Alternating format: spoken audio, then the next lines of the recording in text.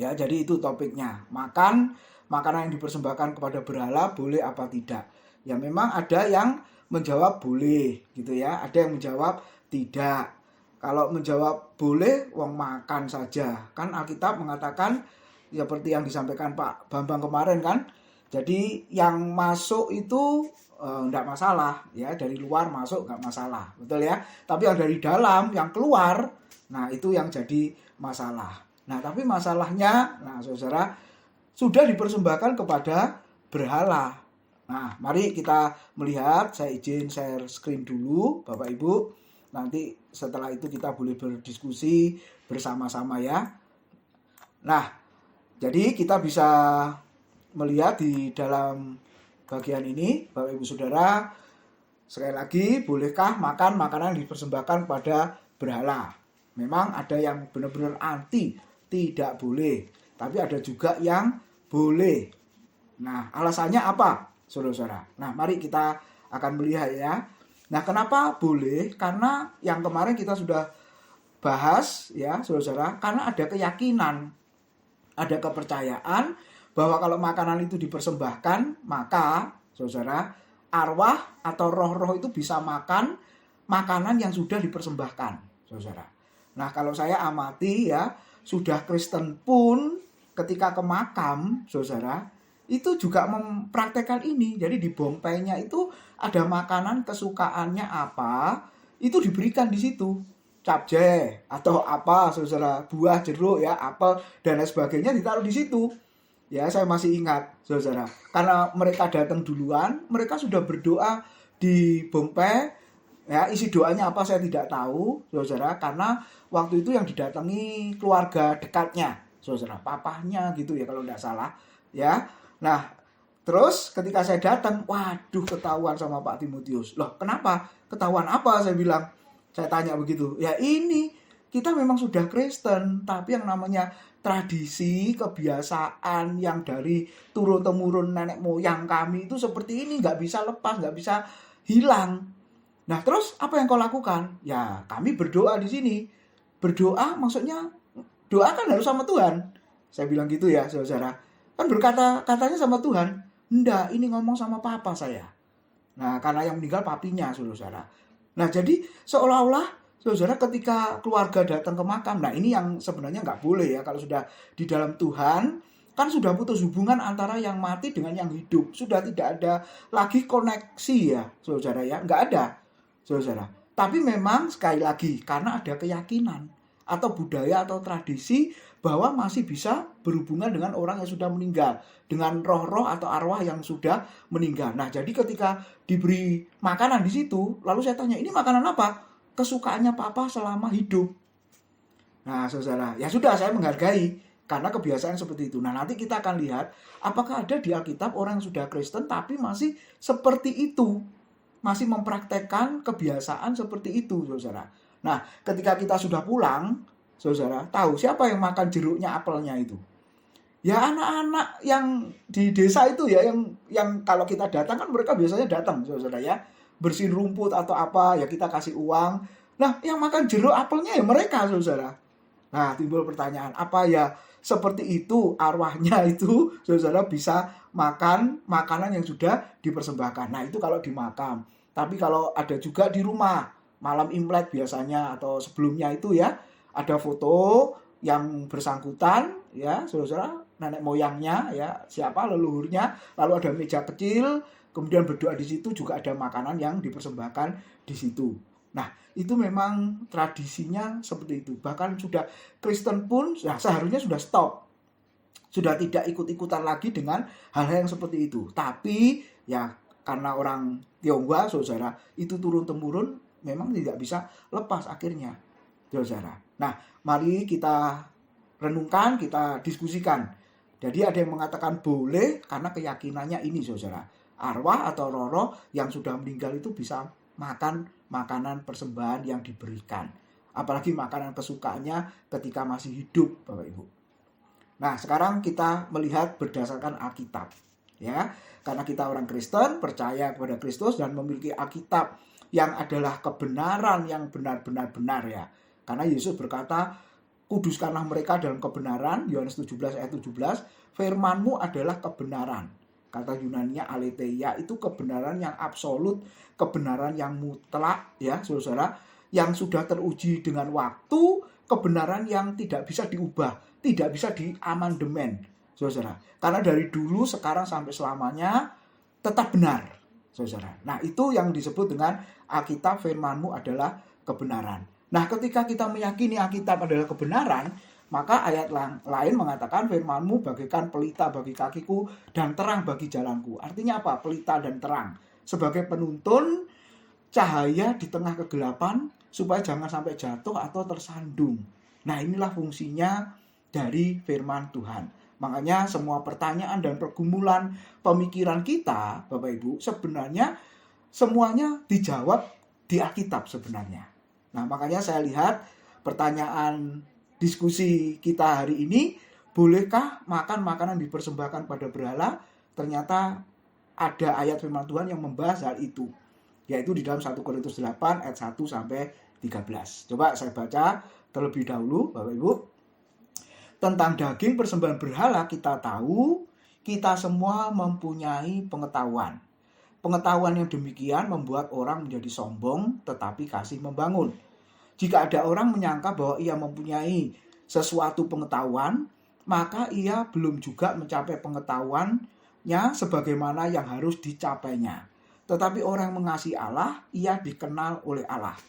Tentang hal makan daging persembahan berhala, perhatikan Bapak Ibu, kita tahu tidak ada berhala di dunia dan tidak ada Allah lain dari Allah yang esa. Sebab sungguh pun ada apa yang disebut Allah, baik di surga maupun di bumi, dan memang benar ada banyak Allah dan banyak Tuhan yang demikian.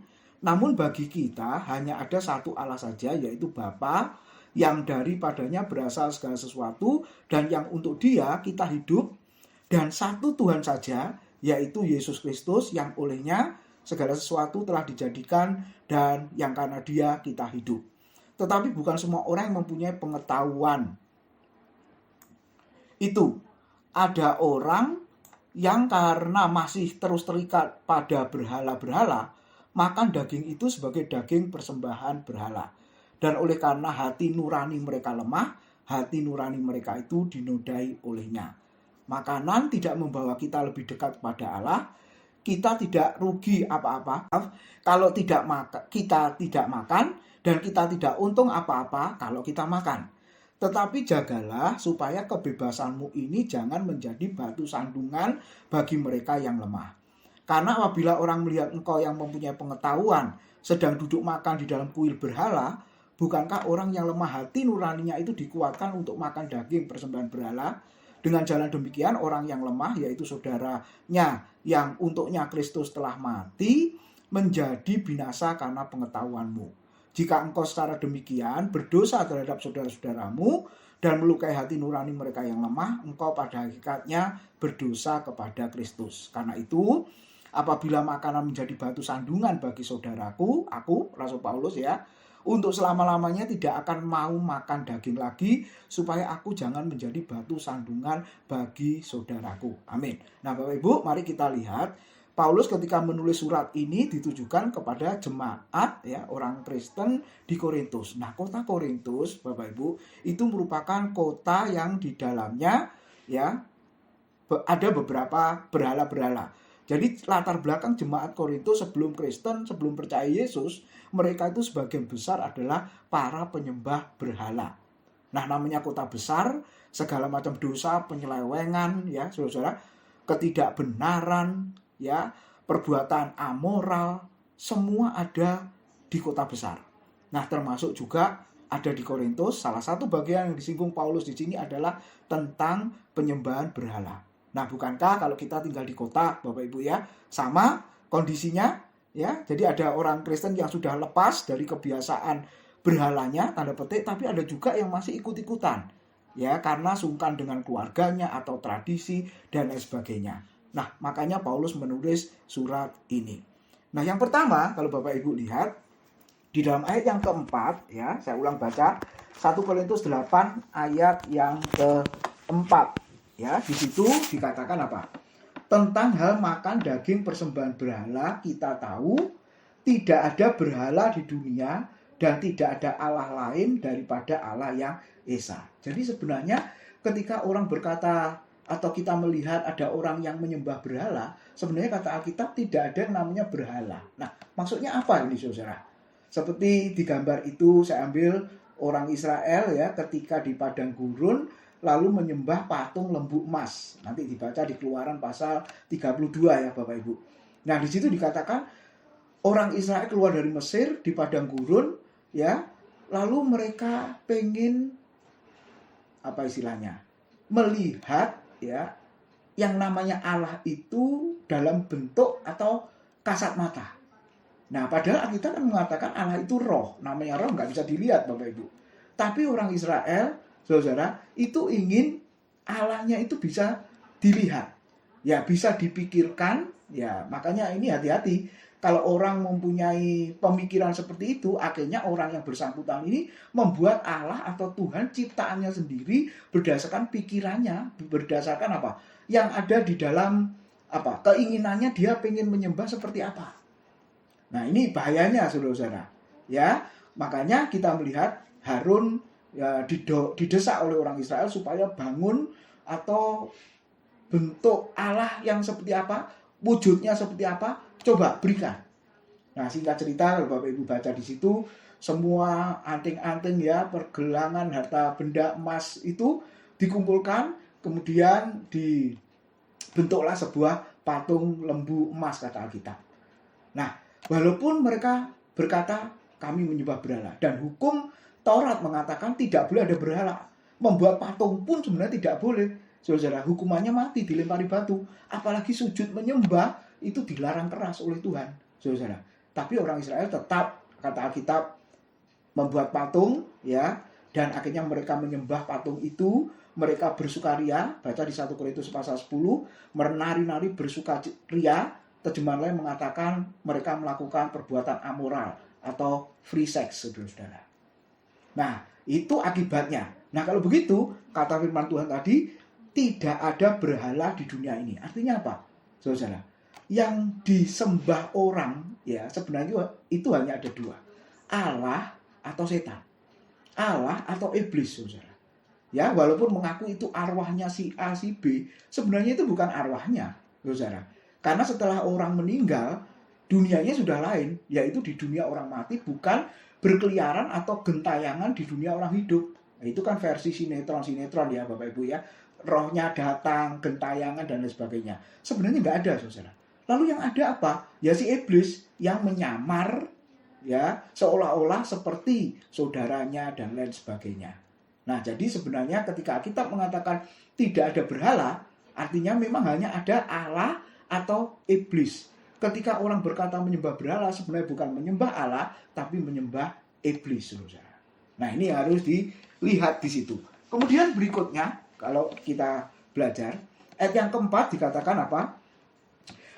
Kalau tadi di awal tidak ada berhala, maka yang kedua, berhala itu bukan Allah, pasti bukan Allah. Ya, iblis itu juga roh, tapi namanya roh iblis atau roh jahat itu kan perlu yang namanya sarana-sarana, Bapak Ibu. Nah, akhirnya bisa merasuki ya benda-benda dan lain sebagainya. Jadi kata Alkitab, berhala itu bukan Allah.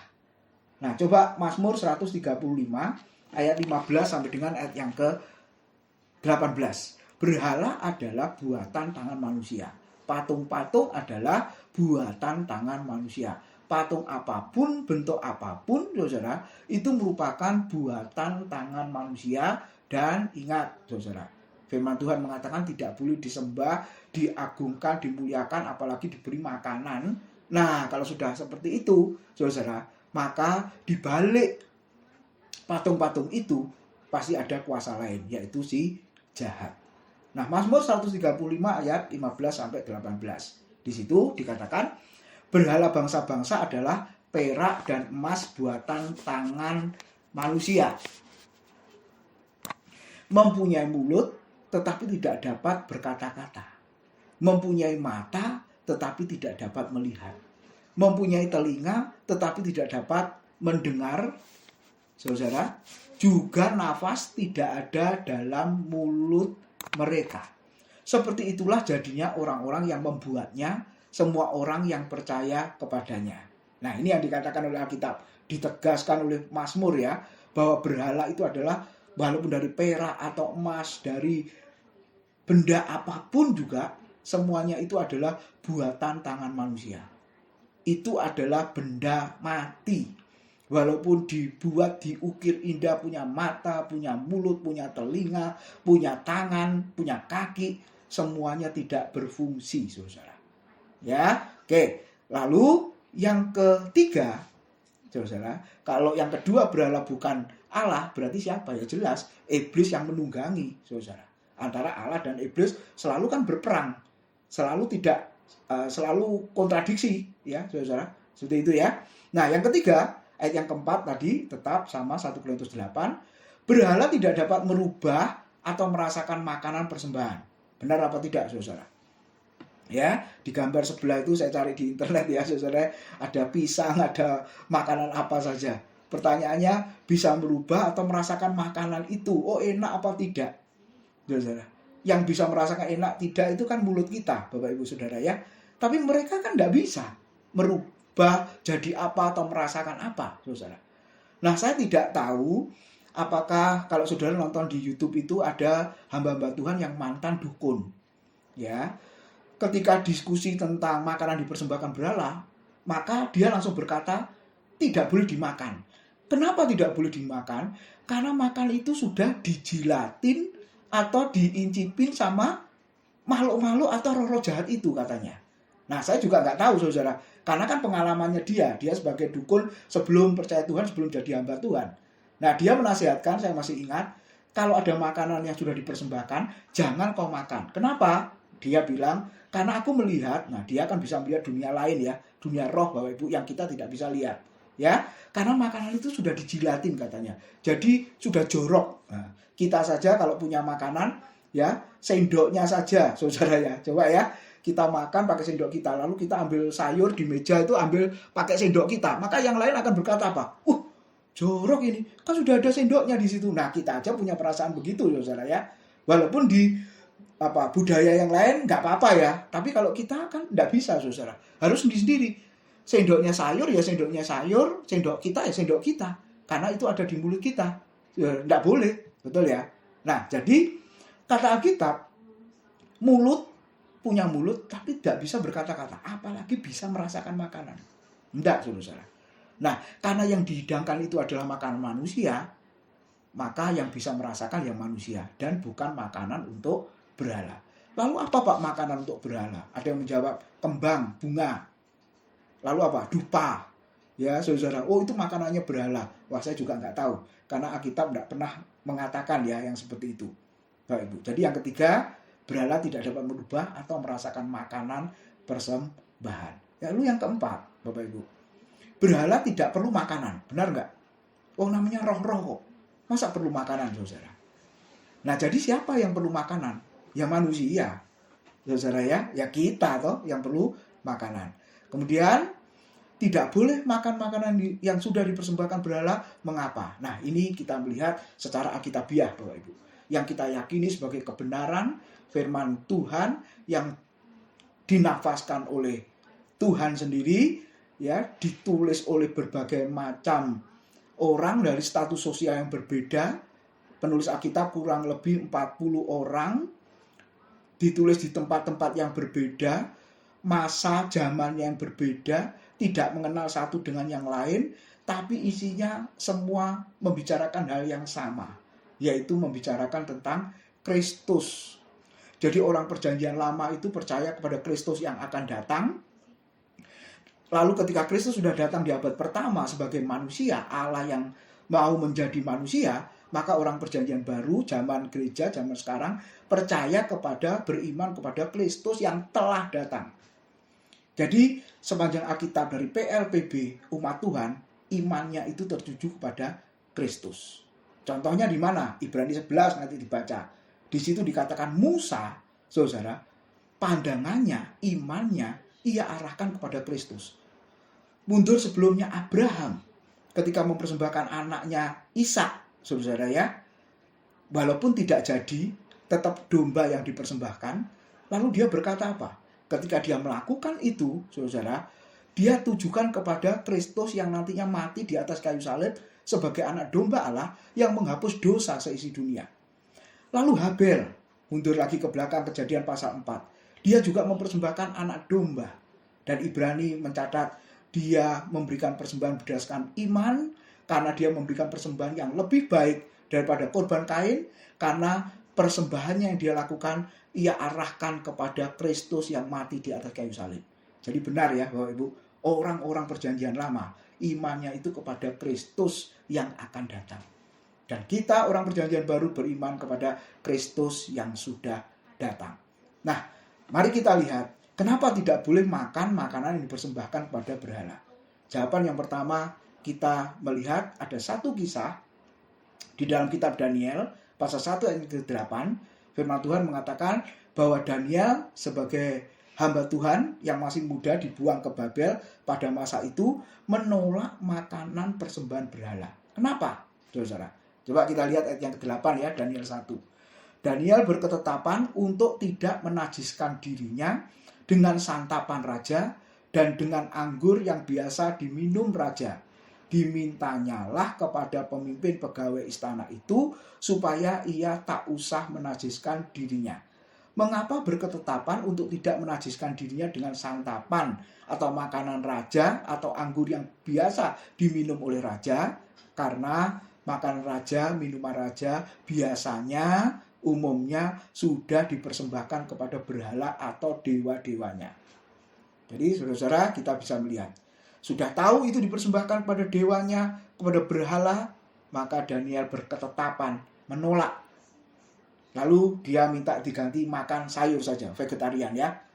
Nah, lalu yang memberi perintah berkata, jangan, nanti kalau engkau kelihatan kurus, Daniel dengan teman-temannya, 3 orang itu, maka raja akan murka, akan marah. Lalu Daniel berkata apa? Baca nanti di pasal 1. Beri waktu 10 hari, kami vegetarian, nanti dites, nanti dilihat hasilnya bagaimana. Ternyata firman Tuhan mengatakan Daniel dengan teman-temannya walaupun makan vegetarian, sayur-sayuran, tubuhnya lebih sehat, saudara, dibanding orang-orang lain yang makan daging yang sudah dipersembahkan kepada berhala. Jadi Daniel saja menolak sebagai orang percaya, sebagai hamba Tuhan, menolak kalau makanan itu sudah dipersembahkan pada berhala. Lalu yang kedua, Bapak Ibu, di dalam 1 Korintus 10 ayat 27 sampai 29 ya. Di situ dikatakan dapat menjadi batu sandungan. Kalau makan makanan yang sudah dipersembahkan pada berhala, dapat menjadi batu sandungan bagi orang lain. Nah, maksudnya apa? Coba kita lihat. Kalau kamu diundang makan oleh seorang yang tidak, ya, kalau kamu diundang makan oleh seorang yang tidak percaya dan undangan itu kamu terima, makanlah apa saja yang dihidangkan kepadamu tanpa mengadakan pemeriksaan keberatan-keberatan hati nurani. Tanpa mengadakan pemeriksaan karena keberatan-keberatan hati nurani. Tetapi kalau seorang berkata kepadamu itu persembahan berhala, nah ini diberitahu ya Bapak Ibu, janganlah engkau memakannya. Nah, karena kembali lagi orang-orang Korintus ya, karena budayanya juga penyembahan berhala, mempersembahkan makanan dipersembahkan berhala, maka ketika ada orang yang tahu itu sudah dipersembahkan berhala dan lalu ada orang Kristen yang mau makan, kemudian diberitahu jangan makan karena itu sudah dipersembahkan kepada berhala, maka sikap orang percaya harus bagaimana? Lihat ya, oleh karena dia yang mengatakan hal itu kepadamu dan karena keberatan-keberatan hati nurani. Yang aku maksudkan dengan keberatan-keberatan, saudara, bukanlah keberatan-keberatan hati nuranimu sendiri, tetapi keberatan-keberatan hati nurani orang lain itu. Mungkin ada orang yang berkata, mengapa kebebasanku harus ditentukan oleh keberatan-keberatan hati nurani orang lain. Nah, Bapak Ibu, kalau kita bisa melihat ya, ada orang yang syak, ya gitu ya. Sudah tahu kok dimakan. Nah, boleh makannya kapan? Nah, ini ya, saudara. Kalau ada orang berprinsip, kan itu makanan bukan untuk setan. Ya sudahlah dimakan. boleh makan kalau masuk ke kamarnya sendiri, tidak ada orang yang lihat, Bapak Ibu. Ya, dulu saya ini pernah diberi jeruk sama apel, tapi sudah diberitahu ini bekasnya sembayangan ya, saudara, katanya gitu ya. Mau enggak makan? Nah, karena tak lihat masih baik, saudara, ya sudah tak terima. Kemudian saya masukkan ke kulkas, lalu besoknya makan, saudara. Nah, itu dulu. Tapi kalau sekarang sudah enggak. Dulu kan kita juga enggak tahu, waktu masih anak-anak ya, saudara ya. Masih anak-anak juga enggak tahu. Kapan lagi makan jeruk enak, makan apel enak, saudara. Nah, jadi makan ya dibawa pulang lalu makan di rumah, nggak ada yang tahu. Tapi kalau makan, saudara, di tempat terbuka, maka ada orang yang ini merasa tersandung, ya. Lo sudah tahu itu sudah dipersembahkan pada berhala kok dimakan. Lo dia ini kan orang Kristen dan sebagainya. Nah, itu sama seperti apa, saudara? Ketika kita pergi ke Adiasa, ya, Maisong ya, Bapak Ibu, ke rumah duka. Kan biasanya apa? Waktu kita datang, kita kan memberi hormat kan, saudara, memberi hormat kepada keluarga, baik di sebelah kiri atau kanan peti ya. Tapi sebenarnya sebelum itu kita kan berdiri di hadapan peti ya, saudara. Nah, kalau saya pribadi berdiri di situ, saya nggak masalah. Karena saya berdiri di situ, saya berdoa untuk keluarga yang ditinggalkan, supaya Tuhan beri kekuatan dan penghiburan. Tapi ada orang Kristen yang dikatakan Alkitab lemah imannya. Nah, saudara, maka orang ini akan berkata begini, loh, sudah tahu hamba Tuhan kok, apa istilahnya, berdoa. Nah, konteksnya mereka pemikirannya apa? Berdoa di hadapan peti mati, ya kan? Kok memberi hormat pada orang yang mati? Padahal bukan, saudara. Nah, kadang-kadang begitu kan, saudara. Nah, orang yang seperti ini memang masih Kristen baru, belum bisa lepas dengan tradisi kebiasaan ya, saudara ya. Jadi tidak bisa, saudara ya, harus ditolak dan lain sebagainya. Nah, karena kita menghormati tradisi seperti itu ya sudah kita lakukan. Nah, artinya apa? Menjadi batu sandungan orang lain itu yang nggak boleh, saudara. Makanya Paulus tadi mengatakan apa?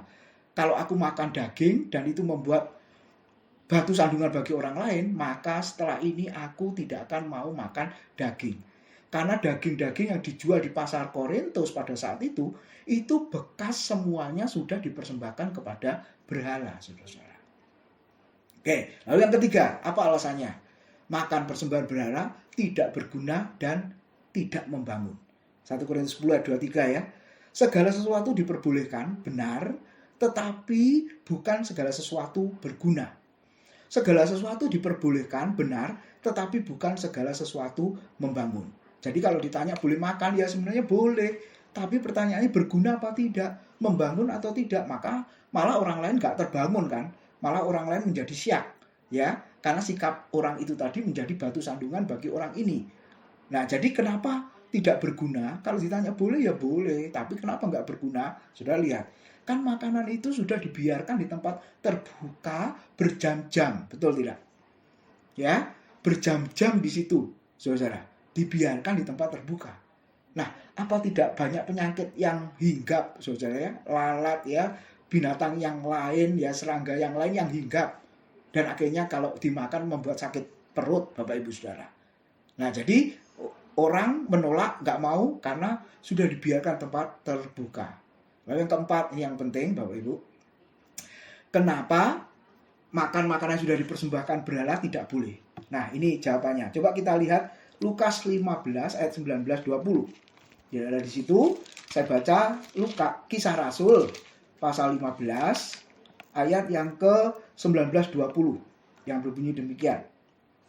Ini ceritanya tentang rasul-rasul bersidang lalu ambil keputusan, saudara. Nah, keputusan apa yang diambil? Coba kita lihat. Sebab itu aku berpendapat bahwa kita tidak boleh menimbulkan kesulitan bagi mereka dari bangsa-bangsa lain yang berbalik kepada Allah. Tetapi kita harus menulis surat kepada mereka supaya mereka menjauhkan diri dari makanan yang telah dicemarkan berhala-berhala, dari percabulan, dari daging binatang yang mati dicekik, dan dari darah. Lalu ayat 28-29, sebab adalah keputusan Roh Kudus dan keputusan kami, supaya kepada kamu jangan ditanggungkan lebih banyak beban daripada yang perlu ini. Kamu harus menjauhkan diri dari makanan yang dipersembahkan kepada berhala, dari darah, dari daging binatang yang mati dicekik, dan dari percabulan. Jikalau kamu memelihara diri dari hal-hal ini, kamu berbuat baik. Sekianlah selamat. Jadi ada orang yang percaya Yesus yang memiliki latar belakang yang biasa makan yang sudah dipersembahkan berhala. Biasa makan yang dari percabulan. Biasa makan dari daging yang binatang yang matinya dicekik. Dan ada kebiasaan yang makan makanan dari darah. Saudara. Nah, jadi ada orang Kristen dari latar belakang berbeda-beda seperti itu. Lalu mereka percaya Yesus, jadi orang Kristen, saudara. Lalu apa yang harus dilakukan? Nah, firman Tuhan mengatakan harus menjauhkan diri. Artinya jangan melakukannya lagi karena berdasarkan keputusan para rasul dan keputusan Roh Kudus. Jadi 4 hal ini akhirnya ditolak ya Bapak Ibu Saudara. Lalu yang terakhir, kenapa tidak boleh makan makanan yang dipersembahkan kepada berhala? Wahyu pasal 2 ayat 20. Di situ dikatakan, tetapi aku mencela engkau. Ya, siapa engkau di situ, saudara? Engkau di situ adalah jemaat di Tiatira. Karena engkau membiarkan wanita Isabel yang menyebut dirinya nabiah, palsu, mengajar dan menyesatkan hamba-hambaku supaya berbuat zina dan makan persembahan-persembahan berhala. Isabel ini adalah ratu, istrinya dari Raja Ahab, kalau Bapak Ibu baca di kitab Raja-Raja. Nah, makanya di situ dikenal dengan julukan nabiah palsu. Jadi ada hamba Tuhan perempuan tapi palsu. Kenapa disebut palsu? Karena ada di dalam gereja Tiatira, lalu mengajar dan menyesatkan hamba-hamba Tuhan dan juga jemaat supaya berbuat zina. Berbuat zina di sini adalah bukan percabulan perzinahan manusia dengan manusia, tapi ini hubungannya manusia dengan berhala. Makanya disebut perzinahan rohani, Bapak Ibu. Dan makan persembahan-persembahan berhala. Jadi yang kelima, kenapa tidak boleh makan persembahan berhala? Karena ajaran itu adalah ajaran sesat. Jadi kesimpulannya, bolehkah kita makan makanan yang dipersembahkan kepada berhala? Jawabannya tidak boleh. Amin.